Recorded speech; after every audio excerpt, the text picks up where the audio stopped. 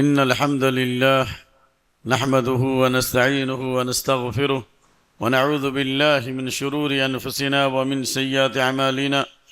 من يهده الله فلا مضل له ومن يضلل فلا هادي له، وأشهد أن لا إله إلا الله وحده لا شريك له، وأشهد أن محمدًا عبده ورسوله. أما بعد، يا أيها الذين آمنوا اتقوا الله حق تقاته ولا تموتن إلا وأنتم مسلمون. يا أيها الناس اتقوا ربكم الذي خلقكم من نفس واحدة وخلق منها زوجها وبث منهما رجالا كثيرا ونساء، واتقوا الله الذي تساءلون به والأرحام إن الله كان عليكم رقيبا. يا أيها الذين آمنوا اتقوا الله وقولوا قولا سديدا يصلح لكم أعمالكم ويغفر لكم ذنوبكم، ومن يطع الله ورسوله فقد فاز فوزا عظيما. أما بعد، فإن خير الحديث كتاب الله، وخير الهدي هدي محمد صلى الله عليه وسلم، وشر الأمور محدثاتها، وكل محدثة بدعة، وكل بدعة ضلالة، وكل ضلالة في النار. وأعوذ بالله السميع العليم من الشيطان الرجيم من همزه ونفخه ونفثه. يوم نقول لجهنم هل امتلأت وتقول هل من مزيد، وأزلفت الجنة للمتقين غير بعيد. هذا ما توعدون لكل أواب حفيظ من خشي الرحمن بالغيب وجاء بقلب منيب. ادخلوها بسلام ذلك يوم الخلود، لهم ما يشاءون فيها ولدينا مزيد. وكم أهلكنا قبلهم من قرن هم أشد منهم بطشا فنقبوا في البلاد هل من محيص.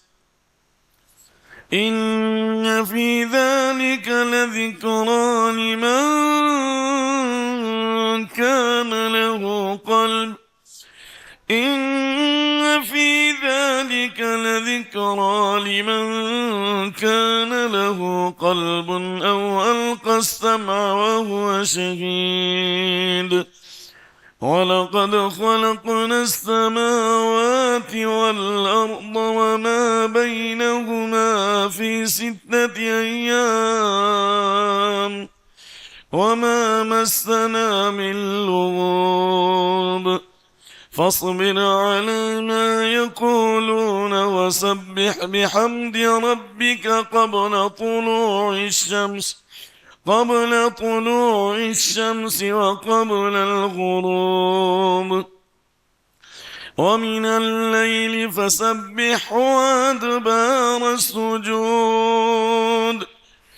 واستمع يوم ينادي المناد من مكان قريب، يوم يسمعون الصيحة بالحق، ذلك يوم الخروج.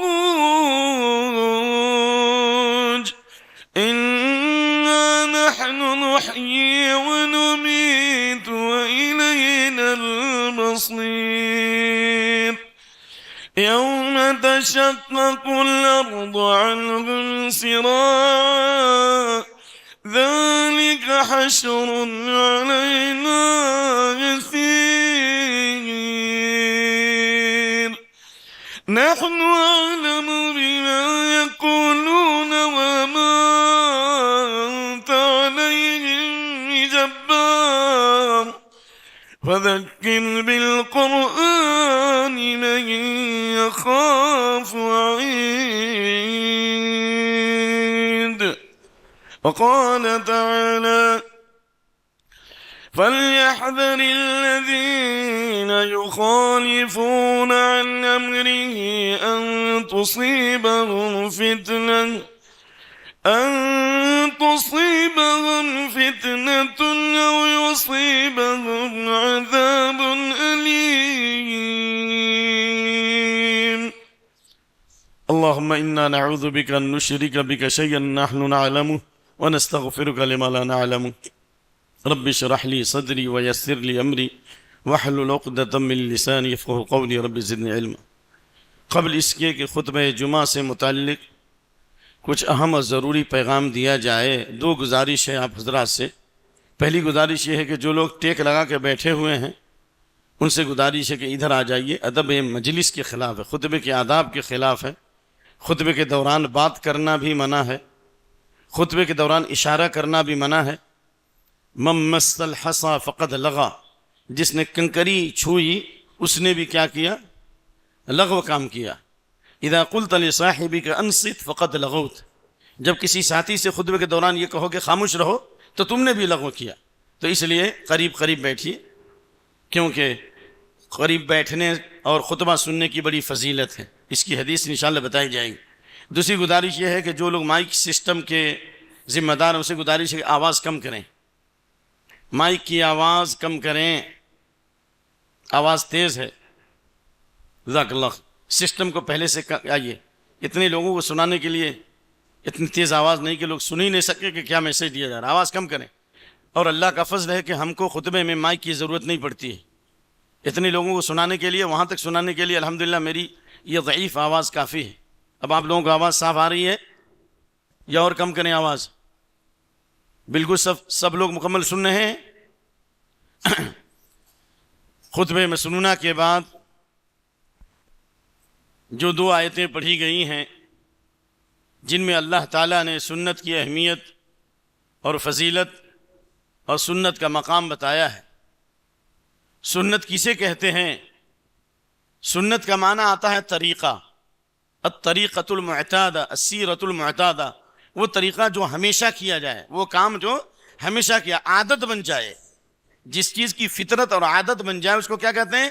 سنت کہتے ہیں۔ من سن فی الاسلام سنتا حسنتا فلو اجرها واجر من عمل بها غیر انه لا ينقص من اجورهم شیئا، جس نے اسلام میں اچھے طریقے کو پیدا کیا، یعنی کسی سنت کو زندہ کیا، اچھے طریقے کو رائج کیا، تو جس نے سنت کو زندہ کیا اس کا بھی ثواب ملے گا، اور جتنے لوگ اس سنت پر عمل کریں گے عمل کرنے والے کا بھی ثواب ملے گا۔ تو سنت کا معنی وہ طریقہ جس کو ہمیشہ کیا جائے۔ تو سنت کی نسبت جب رسول اللہ صلی اللہ علیہ وسلم کی طرف ہوگی تو اس کا مطلب کیا ہوا؟ نبی صلی اللہ علیہ وسلم نے جو کہا وہ بھی سنت، اور جو آپ نے کیا وہ بھی سنت، اور جس کام سے آپ نے منع کر دیا وہ بھی سنت، اور جس کام کو آپ نے چھوڑ دیا چھوڑنا بھی سنت، کرنا بھی سنت اور چھوڑنا بھی سنت۔ میں دوبارہ آپ لوگوں سے سوال کر رہا ہوں کہ آواز ٹکرا تو نہیں رہی ہے؟ تھوڑی سی آواز اور کم کر دیں، تھوڑا، مجھے محسوس ہو رہا ہے۔ اکثر اسٹیج پہ جاتا ہوں تو یہ پریشانی ہر جگہ شروع ہوتی، پورا خطبہ لوگوں کو سمجھ بھی نہیں آتا، بعد میں لوگ شکایت کرتے۔ میں نے کہا کہ مائک کی ضرورت ہی نہیں ہے، بالکل کم رکھیں آواز، بس اب رہنے دیں، بس رہنے دیں۔ تو سنت کا مطلب یہ ہوا جو کام نبی صلی اللہ علیہ وسلم نے کیا وہ بھی سنت، اور جس کام کو آپ نے چھوڑ دیا چھوڑنا بھی سنت۔ اس لیے آپ صلی اللہ علیہ وسلم نے فرمایا کہ فَإِنَّهُ مَنْ يَعِشْ مِنْكُمْ مِنْ بَعْدِي فَسَيَرَى اخْتِلَافًا كَثِيرًا فَعَلَيْكُمْ بِسُنَّتِي وَسُنَّتِ الْخُلَفَاءِ الرَّاشِدِينَ، میرے بعد جو لوگ زندہ رہیں گے اور بہت سارے اختلافات کو دیکھیں گے، عقیدے میں اختلاف، عمل میں اختلاف، معاملات میں اختلاف، یا دوسرے لفظوں میں کہا جائے لوگوں کی نمازوں میں اختلاف، لوگوں کے وضو میں اختلاف، لوگوں کے غسل میں اختلاف، طریقے میں اختلاف لوگ پیدا کریں گے، لیکن اس اختلاف سے بچنے کا طریقہ کیا ہے؟ اختلاف دور کرنے کا طریقہ کہ یہ ہے سنت کو قریب کیا جائے، یا سنت کا علم حاصل کیا جائے، سنت کے مطابق زندگی گزاری جائے۔ ظاہر ہے ایک آدمی بیمار ہے تو ڈاکٹر کے پاس جائے گا، مریض کو ڈاکٹر کی ضرورت ہے۔ ہم دل کے مریض ہیں، ہماری دوا کیا ہے؟ قرآن و سنت میں ہماری دوا موجود ہے۔ جس طرح سے اللہ نے قرآن کے بارے میں کہا شفاء لما فی الصدور، دلوں میں جو شکوک و شبہات ہیں، ان شکوک و شبہات کا علاج قرآن میں ہے۔ قرآن پڑھیں گے دل کو سکون ملے گا، قرآن پڑھیں گے اطمینان ملے گا، قرآن پڑھیں گے اللہ تعالیٰ آپ کو شیطان کے فتنوں سے بچائے گا، قرآن پڑھیں گے سیکھیں گے اللہ تعالیٰ آپ کو شہوات کے فتنے سے بچائے گا، قرآن پڑھیں گے اللہ رب العالمین دشمنوں کے حملے سے بچائے گا، قرآن پڑھیں گے اللہ سے قریب ہو جائیں گے۔ اسی طرح سے سنت کو پڑھیں گے شیطان کے فتنے سے دور ہو جائیں گے۔ جتنا آپ اللہ کے نبی کی بات کو سیکھیں گے صلی اللہ علیہ وسلم، آپ کے طریقے کو سیکھیں گے، آپ کے عمل کو سیکھیں گے، اتنے ہی شیطان آپ سے دور بھاگے گا۔ اس لیے عبداللہ بن عباس کہا کرتے تھے المتمسک بالسنہ اشد علی الشیطان من الف عابد۔ ایک آدمی جو سنت کا علم حاصل کرتا ہے، نبی صلی اللہ علیہ وسلم کے طریقے کو سیکھتا ہے، آپ کی زندگی کو سیکھتا ہے، آپ صلی اللہ علیہ وسلم نے کیسے وضو کیا، آپ نے کیسے غسل کیا، آپ نے کیسے نماز پڑھی، آپ نے کیسے رکوع کیا، آپ نے کیسے سجدہ کیا، آپ کیسے چلتے تھے، آپ کیسے بولتے تھے، کیسے کھاتے تھے، کیسے پیتے تھے، کیسے رہتے تھے، کیسے دیکھتے تھے، پورا ریکارڈ موجود ہے حدیث کی کتابوں میں۔ تو جتنی حدیث کی کتاب ہے، حدیث کی بھی کتاب ہے اور اسی کو سنت بھی کہتے ہیں۔ تو لہذا نبی صلی اللہ علیہ وسلم کے طریقے میں، آپ کے سنت میں قیامت تک کے سارے مسائل کا حل موجود ہے۔ اور جو جس طرح قرآن اور سنت کا علم حاصل کرے گا، شیطان کے اوپر لوہے کی مار سے بھی زیادہ سخت مار پڑتی ہے۔ یعنی 1000 عابدوں کو شیطان آسانی سے گمراہ کر سکتا ہے، 1000 جاہل عابدوں کو شیطان گمراہ کر سکتا ہے، لیکن ایک جو نبی صلی اللہ علیہ وسلم کا طریقہ سیکھا، آپ کی سنت کو سیکھا، آپ کی سیرت کو سیکھا، شیطان سنت سیکھنے والے کو آسانی سے گمراہ نہیں کر سکتا۔ کیونکہ ابن عباس ہی کی روایت ہے فقیہ واحد اشد علی الشیطان من الف عابد۔ جو آدمی قرآن و حدیث کا علم حاصل کرتا ہے، جو سنت کا علم حاصل کرتا ہے، شیطان کے اوپر 1000 عابدوں سے زیادہ بھاری ہے۔ مثال کے طور پر ایک آدمی منمانے طریقے سے نماز پڑھتا ہے، منمانے طریقے سے وضو کرتا ہے، اور ایک آدمی سنت کے مطابق نماز پڑھتا ہے، کس کی نماز قبول ہوگی؟ صلو کما رأیتمونی اصلی، جس طرح نبی صلی اللہ علیہ وسلم نماز پڑھتے تھے اس طرح نماز پڑھیں گے تو ہماری نماز قبول ہوگی۔ اور سنت کے مطابق اگر نماز پڑھتے ہیں تو شیطان بھاگے گا۔ جب اذان دی جاتی ہے شیطان ہوا خارج کرتے ہوئے بھاگتا ہے، اور جب اذان ختم ہو جاتی ہے تو شیطان پھر آ جاتا ہے، پھر اقامت کہی جاتی ہے پھر بھاگ جاتا ہے، پھر اس کے بعد آ جاتا ہے اور کہتا ہے اذکر کذا و کذا، فنا بات یاد کرو، فنا بات یاد کرو، فنا بات یاد کرو۔ پچھلی باتیں شیطان دل میں ڈالتا ہے، یہاں تک آدمی کو پتہ ہی نہیں چلتا کہ ہم کیا پڑھ رہے ہیں۔ تو اس کا علاج یہی ہے کہ اگر سنت کے مطابق آپ نماز پڑھیں گے، سنت کے مطابق صف بندی کریں گے کہ اللہ کے نبی صلی اللہ علیہ وسلم کیسے صف بندی کرتے تھے، آپ کے ہاتھ میں کھجور کی ڈالی ہوتی تھی اور آپ صفوں میں گھوم کر صف درست کرتے تھے۔ حضرت عثمان رضی اللہ عنہ کے زمانے میں ابو عثمان النہدی کو متعین کیا تھا، ڈیوٹی دی تھی کہ صفوں کو درست کرو۔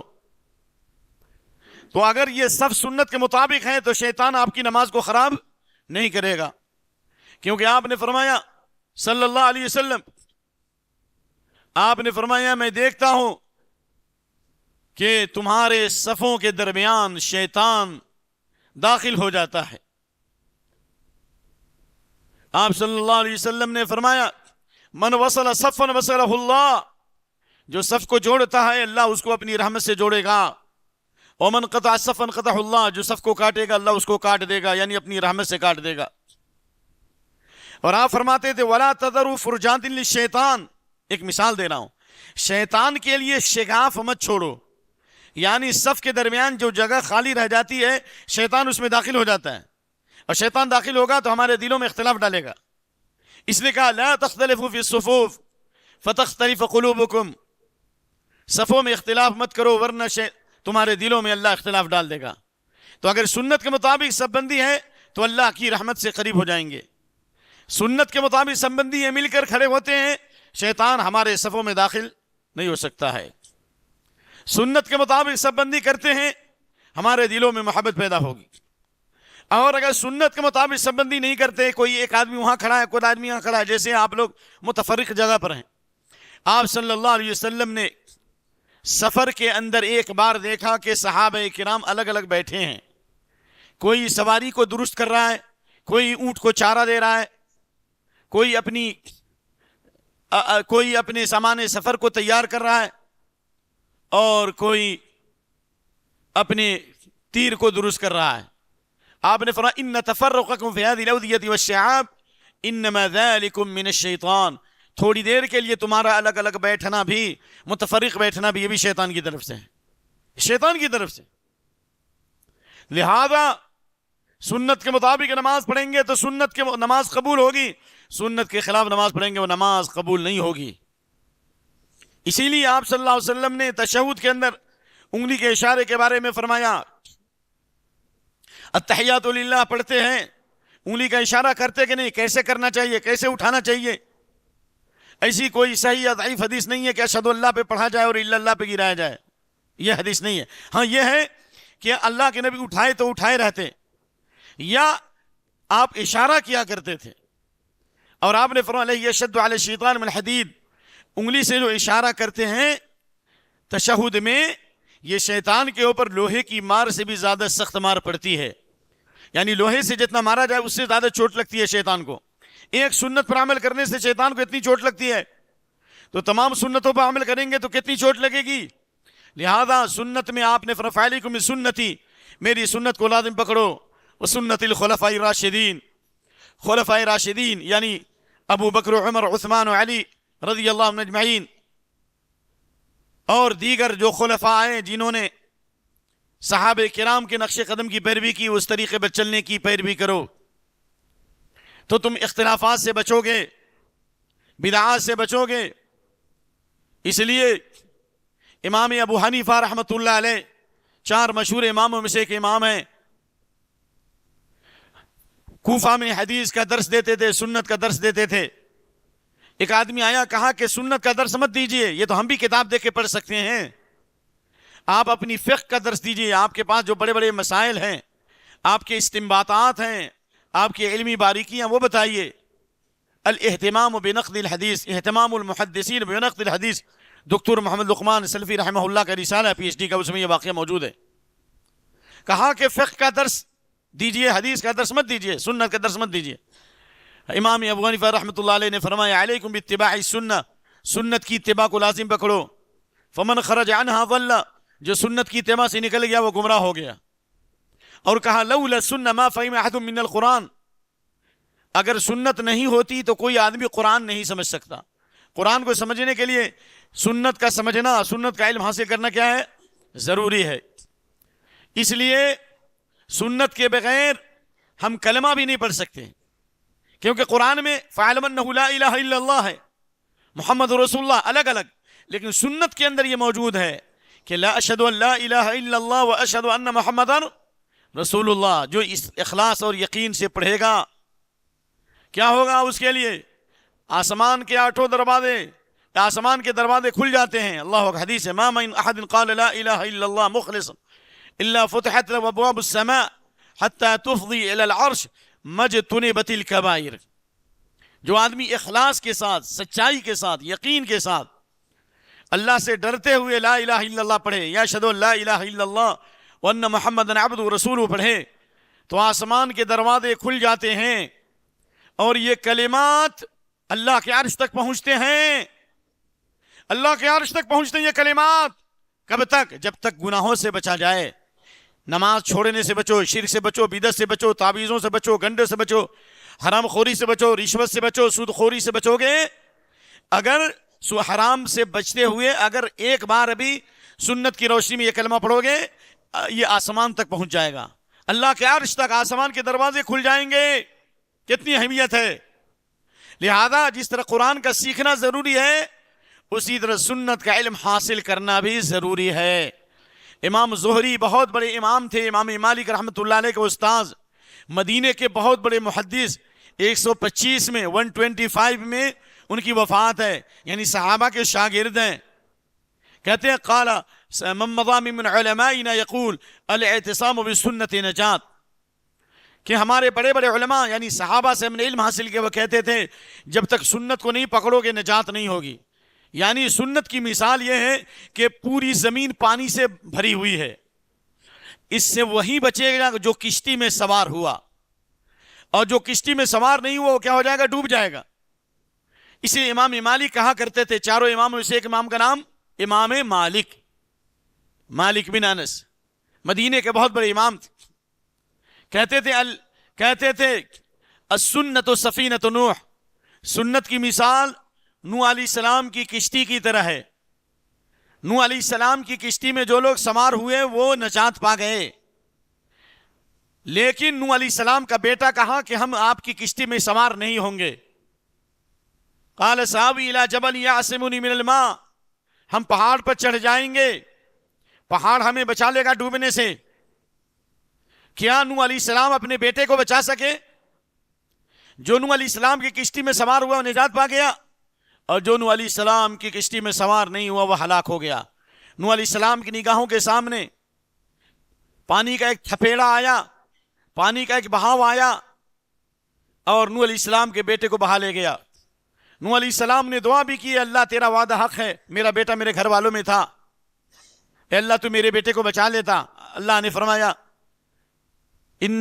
قال یا موسیٰ انہ لیس من اہلک، یہ تیرا بیٹا تیرے گھر والوں میں نہیں ہے، اب انہ عمل غیر صالح، دین سے رشتہ کٹ گیا تو دنیا کے رشتے کا کوئی اعتبار نہیں ہے. انہ عمل غیر صالح، اس کا عمل اچھا نہیں ہے. انی اعیذک ان تکون من الجاہلین، میں تمہیں نصیحت کرتا ہوں کہ جاہلوں میں مت بنو. تو نوح علیہ السلام اپنے بیٹے کو نہیں بچا سکے، نوح علیہ السلام اپنی بیوی کو نہیں بچا سکے.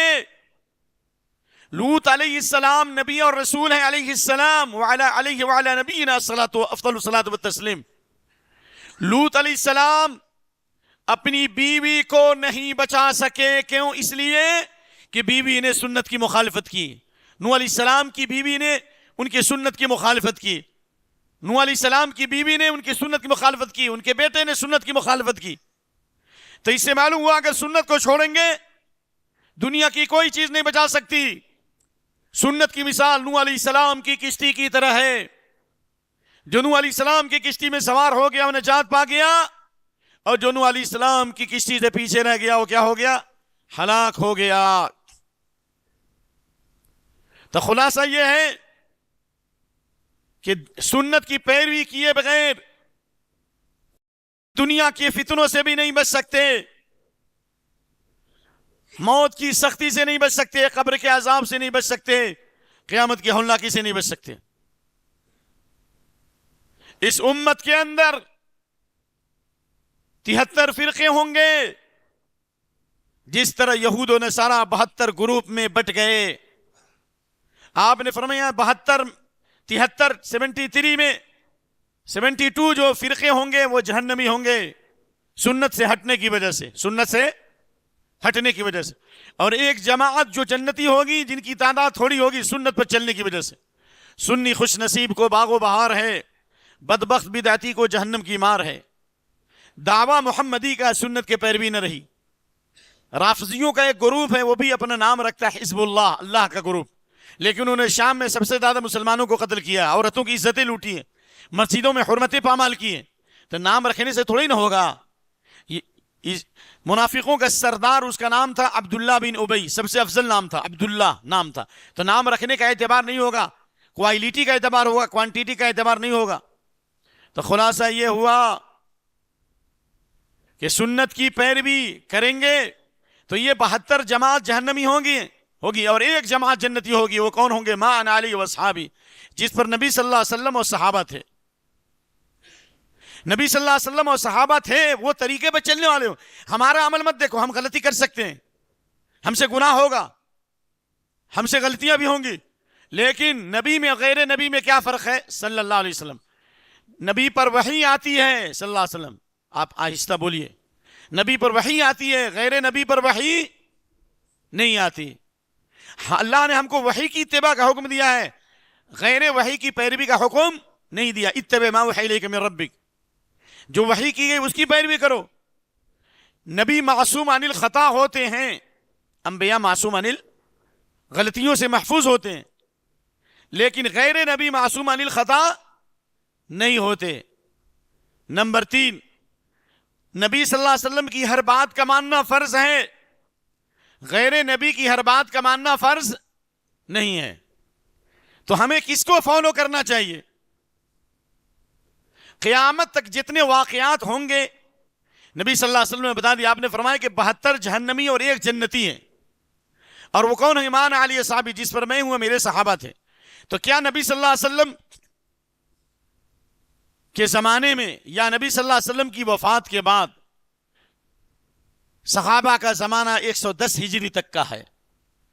110 ہجری میں یا 101 میں ایک صحابی ہے، آخری صحابی، ان کا نام تھا عامر۔ کیا نام تھا؟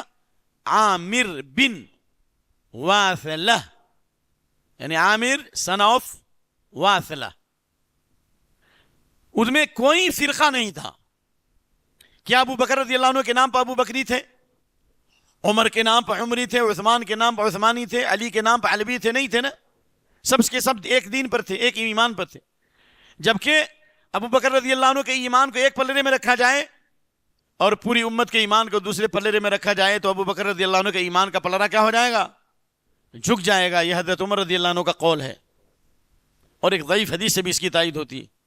جنت کے 8 دروازے سے پکارے جائیں گے ابو بکر رضی اللہ عنہ، لیکن ان کے نام پر فرقہ نہیں بنا۔ تو آج اماموں کے نام پر فرقہ بندی یہ سنت ہے یا سنت کی مخالفت ہے؟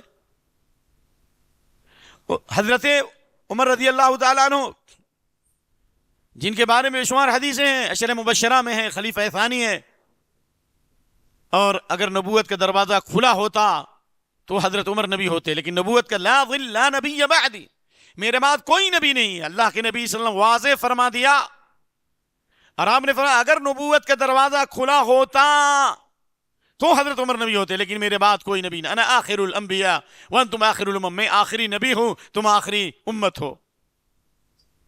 اسلام کی عمارت مکمل ہو چکی، صرف اس میں ایک اینٹ رکھنے کی جگہ تھی، میں نے وہ اینٹ رکھی، میرے ذریعے وہ دین مکمل ہو چکا ہے۔ میرے بعد کوئی بھی نبی ہوگا وہ نبی نہیں آئیں گے، کذاب آئیں گے۔ سیاتی فی آخر الزمان 30 کذابون، میرے بعد آئیں گے 30 جھوٹے دعوے دار پیدا ہوں گے، اور یاد رکھو سب سے آخری جو دعوے دار ہوگا نبوت کا وہ کانا دجال ہوگا۔ میرا سوال یہ ہے، حضرت عمر رضی اللہ عنہ کے نام پر کوئی فرقہ نہیں بنا، عثمان رضی اللہ عنہ جن کی فضیلت میں بے شمار حدیثیں موجود ہیں، اور آپ نے ان کے لیے جنت کی بشارت دی اور کہا غزوہ تبوک کے موقع پر ما ضر عثمان ما عمل بعد اليوم، آج کے بعد کوئی فتنہ ہمیں نقصان نہیں پہنچا سکتا۔ وہی حضرت عثمان رضی اللہ عنہ ہیں، ان کے نام پر کوئی فرقہ بنا، عثمانی فرقہ بنا، میرے بھائی نہیں بنا۔ جب نبی صلی اللہ علیہ وسلم اور صحابہ کرام کو حدیبیہ کے مقام پر روک دیا گیا، جب آپ عمرے کے لیے نکلے تھے 1400 صحابہ کی جمعیت کے ساتھ سن 6 ہجری میں، تو مشرکین مکہ نے حدیبیہ کے مقام پر روک دیا، کہا کہ آپ مکہ میں نہیں جا سکتے، وہیں سے واپس ہوئے اور وہیں پر اپنی اپنی قربانی کی۔ حضرت عثمان رضی اللہ عنہ کو نبی صلی اللہ علیہ وسلم نے بھیجا تھا اپنا سفیر بنا کر، امبیسڈر بنا کر، کفار سے بات چیت کرنے کے اختلاف کو ختم کیا جائے۔ ہم لوگ لڑنے کے لیے نہ آئے، ہم لوگ اللہ کے گھر کے طواف کے لیے آئے ہیں، ہے نا؟ تو یہ خبر افواہ پھیلائی گئی کہ مکہ کے کافروں نے حضرت عثمان کو کیا کر دیا؟ شہید کر دیا۔ تو آپ صلی اللہ علیہ وسلم نے صحابہ سے بیعت لی کہ عثمان کے خون کا بدلہ لیں گے، اور آپ نے اپنے ہاتھ کو رکھا اور کہا کہ یہ حضرت عثمان کا ہاتھ ہے، اور اللہ نے فرمایا ید اللہ فوق ایدیہم، اللہ کا ہاتھ ان کے ہاتھ کے اوپر تھا۔ یعنی صحابہ نے آپ سے بیعت کی اور آپ نے کہا یہ دائیں ہاتھ حضرت عثمان کا ہاتھ ہے، میں عثمان کی طرف بیعت لیتا ہوں علیہ الصلوۃ والسلام۔ حضرت عثمان کے بارے میں بعد میں بات معلوم ہوئی کہ یہ خبر غلط ہے۔ جب حضرت عثمان گئے مکے میں تو مکہ کے کافروں نے کہا تمہارے نبی تو نہیں آئے ہیں، لیکن مکہ آئے ہو طواف کر لو۔ کیا کر لو؟ طواف کر لو۔ کہا طواف میں کیوں کروں؟ جب نبی صلی اللہ علیہ وسلم نے طواف نہیں کیا تو عثمان کیوں طواف کرے گا؟ لم اکن یا لم اطوف، لم اکن لاطوف حتی یطوف النبی صلی اللہ علیہ وسلم، یا لم اتع سنت النبی صلی اللہ علیہ وسلم، جب تک نبی صلی اللہ علیہ وسلم لم اطوف حتی یطوف بہ النبی صلی اللہ علیہ وسلم، یہ حدیث ہے، جب تک نبی صلی اللہ علیہ وسلم طواف نہیں کریں گے میں طواف نہیں کر سکتا، جب تک نبی صلی اللہ علیہ وسلم طواف نہیں کریں گے میں طواف نہیں کر سکتا۔ طواف نہیں کیا حضرت عثمان نے، یہ ہے سنت کی پیروی۔ ان کے نام پہ فرقہ نہیں بنا. حضرت علی رضی اللہ عنہ فرماتے ہیں لم اتع سنت نبی صلی اللہ علیہ وسلم, میں کسی حال میں نبی کی سنت کو نہیں چھوڑ سکتا ہوں صلی اللہ علیہ وسلم. چاروں خلفاء نے سنت کی اہمیت کو پہچانا, سنت کا مقام اور سنت کی فضیلت بیان فرمائی. لہذا ہم اور آپ بھی اگر نجات چاہتے ہیں, کامیابی چاہتے ہیں, تو ہمیں سنت کی طرف آنا ہوگا اور سنت کا علم حاصل کرنا ہوگا. امام احمد بن حنبل رحمۃ اللہ علیہ کہا کرتے تھے, سنیے, قبور اہل سنتی, قبور اہل سنتی من اہل الفسق روضہ. ایک آدمی سنت پہ چلتا ہے, اگر وہ گناہ میں بھی مبتلا ہے, اگر شرک نہیں کرتا, بدعت سے بچتا ہے, گناہ گار بھی ہے, اللہ چاہے تو اس کی قبر کو جنت کا باغ بنا دے.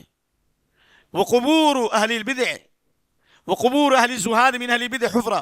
لیکن ایک آدمی رات دن عبادت کرتا ہے, راتوں میں خوب عبادت کرتا ہے, دن میں نفلی روزے رکھتا ہے, جیسے خوارج راتوں رات عبادت کرتے تھے, نفلی روزے رکھتے تھے, لیکن آپ نے ان کو جہنم کا کتا کہا, جہنم کے کتے کہا خوارج کو, جنہوں نے حضرت عثمان, حضرت علی رضی اللہ عنہ کو شہید کیا, جنہوں نے مدینہ کی حرمت کو پامال کیا, اور انہی بلوائیوں نے حضرت عثمان رضی اللہ عنہ کو شہید کیا.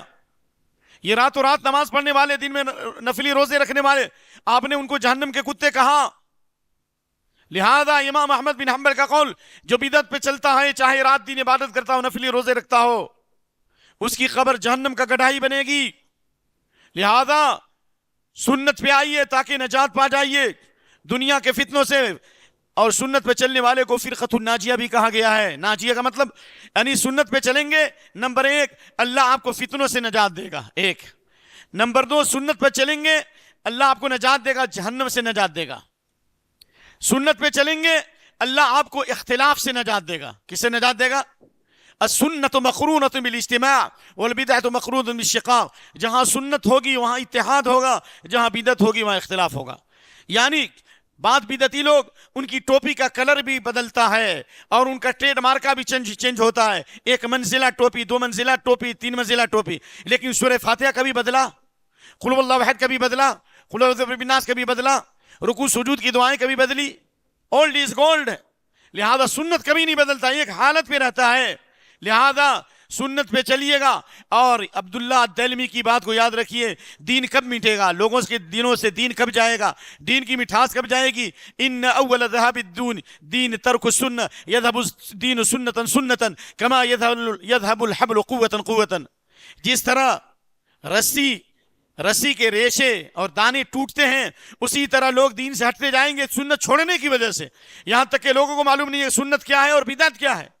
لہذا اگر نبی صلی اللہ علیہ وسلم سنت پہ چلنا ہے, ہمیں قرآن کی تفسیر پڑھنی ہوگی, اور سنت پہ چلنا ہمیں بخاری, مسلم, ابو داؤد, نسائی, ترمذی, ابن ماجہ, دارمی, موطا امام مالک اور حدیث کی جو بھی مشہور کتابیں ہیں اسے پڑھنا ہوگا, اسے سیکھنا ہوگا, تبھی نبی صلی اللہ علیہ وسلم قیامت کے دن ہماری شفاعت کریں گے. ورنہ آپ جانتے ہیں حوض کوثر پر, اللہ اکبر, وہ حوض جس کی چوڑائی لمبائی 1 مہینے کی مسافت ہے, جس کا پانی برف سے زیادہ سفید, شہد سے زیادہ میٹھا ہے, لوگ گناہوں کے پسینوں میں ڈوبے ہوئے ہوں گے, سورج اور چاند کو لپیٹ کر اللہ جہنم میں ڈال دے گا. ایسے وقت میں نبی صلی اللہ علیہ وسلم فرماتے ہیں انی فرطکم علی الحوض, میں حوض کوثر پر ہوں گا اور میں حوض کوثر سے سیراب کروں گا. ایک جماعت آئے گی, فرشتے انہیں روک دیں گے, آپ کہیں گے ہؤلاء من امتی, میری امت کے لوگ ان کو آنے دو, کہیں گے لا انک لا تدری ما حدثوا بعدک, آپ کو نہیں معلوم کہ انہوں نے آپ کے بعد نئی نئی بدعتیں پیدا کی, انہوں نے آپ کے دین کو بدل دیا, آپ کی شریعت کو بدل دیا. آپ فرمائیں گے سحقا سحقا سحقا سحقا لمن بدل بعدی لمن غیر بعدی, جنہوں نے میرے بعد میرے طریقے کو بدل دیا ان کے لیے دوری ہو, دوری ہو. اسی حالت میں, پیاس کی حالت میں, سنت چھوڑنے کی وجہ سے پیاس کی حالت میں جہنم میں انہیں ڈال دیا جائے گا. عاملۃ ناصبۃ تصلی نارا حامیہ. ابن عباس کہتے ہیں دنیا میں بھی تھکے رہے اور موت کے وقت بھی شدت ہوگی, قبر میں بھی پٹائی ہوگی, قیامت کے دن بھی تھکی ہوئی حالت میں جہنم میں انہیں ڈال دیا جائے گا. بدعتی لوگ ہیں. اللہ اکبر. اس لیے ہم سنت کا علم حاصل کریں. اقول قولی هذا واستغفر الله لي ولكم ولسائر المسلمين واستغفروه انه الغفور الرحيم.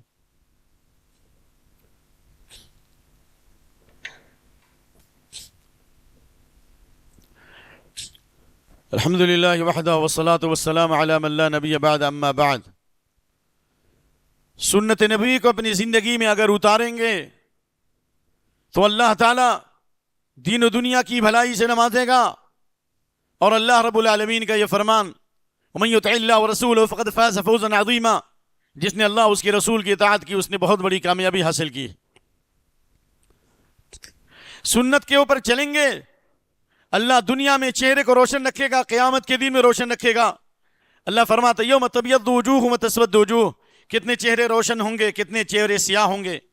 عبداللہ بن عباس فرماتے ہیں تبیض وجوہ اہل سنت والائتلاف، سنت پہ جو چلیں گے ان کے دلوں میں اتحاد ہوگا، ان کے چہرے روشن ہوں گے دنیا میں بھی، موت کے وقت بھی، قیامت کے وقت دن بھی۔ اور جو بدعت پہ چلیں گے ان کے چہرے سیاہ ہوں گے دنیا میں بھی، موت کے وقت بھی اور قیامت کے دن بھی۔ لہذا سنت پر چلنے کی اعلیٰ ترین مثال یہ ہے کہ ہم اپنے عقیدے کو شرک سے پاک کریں، بدعات سے پاک کریں۔ ہم یہ عقیدہ رکھیں جو امام حنیفہ رحمۃ اللہ علیہ کا عقیدہ تھا۔ امام حنیفہ رحمۃ اللہ علیہ سے پوچھا گیا اگر کوئی یہ کہے کہ اللہ کہاں ان کو نہیں معلوم، آسمان پہ ہے یا زمین پہ، یہ بات عقیدۃ الطحاویہ حنفیہ، حنفیوں کی کتاب ہے عقیدۃ الطحاویہ، اللہ نہیں معلوم کہ اللہ کہاں آسمان پہ ہے یا زمین پہ، تو کہا اس نے کفر کیا۔ اللہ نے قرآن میں 7 مقام پہ کہا الرحمن علی العرش استویٰ، رحمان عرش پر مستوی، اللہ عرش پر ہے۔ اللہ کی ذات کہاں ہے؟ عرش پر ہے۔ اور اس کا علم کہاں ہے؟ ہر جگہ ہے۔ علم کے اعتبار سے اللہ ہر جگہ موجود ہے، لیکن ذات کے اعتبار سے اللہ کہاں ہے؟ عرش پر ہے۔ قرآن میں 7 مقامات پہ۔ امام حنیفہ رحمۃ اللہ سے پوچھا گیا کوئی یہ کہے کہ ہم جانتے ہیں کہ اللہ عرش پر ہے لیکن اللہ کا عرش کہاں ہے؟ زمین پہ بھی ہو سکتا، آسمان پہ بھی ہو سکتا، تو کہا وہ کافر ہے۔ یہ کتاب عقیدۃ الطحاویہ فقہ حنفی کی بہت معروف کتاب مانی جاتی ہے میرے بھائی، لہذا اس بات کو یاد رکھیے۔ نمبر 1۔ نمبر 2، سنت پر چلنے کی مثال یہ ہے کہ ہم اپنا وضو جو ہے سنت کے مطابق کریں۔ بہت سے لوگ اب تک جو ہے گردن کا مسح کرتے آ رہے ہیں۔ اللہ نے سورہ مائدہ آیت نمبر 6 میں فرمایا سر کا مسح کرو، اللہ نے سر کے مسح کا حکم دیا ہے، گردن کا مسح کہاں سے لائے آپ؟ قرآن صحیح، آپ کی بات صحیح، حدیث میں موجود ہے کہ اللہ کے نبی نے سر کا کیسے مسح کیا۔ عبداللہ بن زید بن عاصم بدأ بمقدم راسہ، بخاری شریف کتاب الوضو باب الوضو، کتاب الطہارہ باب الوضو پڑھ لو، آپ نے ایسے شروع کیا اور یہاں تک لے گئے اور پھر لوٹا کے یہاں پہ لے آئے، بس یہ ہے سر کا مسح۔ آپ نے پورے سر کا مسح کیا، آپ کہتے ہیں ایسے چھو لیں گے تو ہو جائے گا، یہ کہاں سے لائے؟ اور ایسے ایسے گرنی کی طرح ہے، بھائی یہ کرنے کا تو ہے ٹھیک ہے کان کا ہے، لیکن یہ نچانے کا کہاں ہے؟ یہ گل پھینکنے کا، یہ چومنے کا کہاں سے ہے؟ یہ کرنے کا کہاں سے ہے؟ اللہ نے کہا سر کا مسح کرو، گردن کے مسح کا کہاں سے لائے؟ میں آپ سے پوچھتا ہوں، اللہ نے کہا ہاتھ دھو کہنیوں تک، کہنیوں سمیت، پاؤں دھو ٹخنوں تک، ہے نا؟ یہ وارجلکم الی الکعبین ہے، مرفقین، کہنیوں تک، کہنیوں سمیت، ٹخنوں سمیت، ہے نا؟ لیکن ہاتھ دھونے کے لیے کہا ہاتھ کو دھو کہنیوں تک، پاؤں دھو ٹخنوں تک، لیکن سر کے مسح کے بارے میں اللہ تعالیٰ نے یہ نہیں فرمایا سر کا مسح کرو گردن تک، سر کا مسح کرو گردن تک، لفظ تک ہے ہی نہیں، یہ تک یہ وحی کس پر آئی بھائی؟ تک، گردن کی وحی تک اللہ نے ختم ہی کر دیا، صرف سر کے مسح کا اللہ نے حکم دیا۔ تو یہ سنت کے مطابق وضو کیجئے تو وضو ہوگا، سمجھ میں آئے نا؟ ایسی تو بعض لوگ جو ہے نا ایسے ایسے کرتے ہیں، بھائی ایسے تو کرنا ہے لیکن ایسے ایسے کرتے ہیں، 3 مرتبہ سے زیادہ دھوئیں گے وضو خراب ہو جائے گا، فقد اساء وظلم وتعدى، اس کا وضو خراب ہو گیا، اس نے ظلم کیا اور حد سے تجاوز کر گیا۔ اور آپ نے وضو کر کے بعد فرمایا من توضأ نحو هذا، جس نے میرے اس طریقے پر وضو کیا اور اس میں کسی سے بات چیت نہیں کی، یعنی خشوع و خضوع سے نماز پڑھی، اس کے پچھلے گناہ معاف ہو جائیں گے میرے طریقے کے مطابق جو میں نے بتایا۔ آج نئے وضو کہاں سے آیا؟ اللہ کے نبی اختلاف پیدا کرنے کے لیے آئے تھے، اختلاف دور کرنے کے لیے آئے تھے۔ جب اللہ کے نبی اختلاف دور کرنے کے لیے آئے تھے، نبی کے عقیدے میں اختلاف نہیں، نبی کے وضو میں اختلاف نہیں، نبی کے غسل میں اختلاف نہیں، ہماری تحقیق میں اختلاف ہو سکتا ہے، ہمارے علم میں اختلاف ہو سکتا ہے۔ ہر ڈاکٹر اپنے سے بڑے ڈاکٹر کا محتاج ہے، ہر انجینئر اپنے سے بڑے انجینئر کا محتاج ہے، ہر عالم اپنے سے بڑے عالم کا محتاج ہے۔ ہم اپنے اپنے مسلک کو پکڑے ہوئے ہیں، کیا نبی صلی اللہ علیہ وسلم کی شفاعت ہمیں ملے گی؟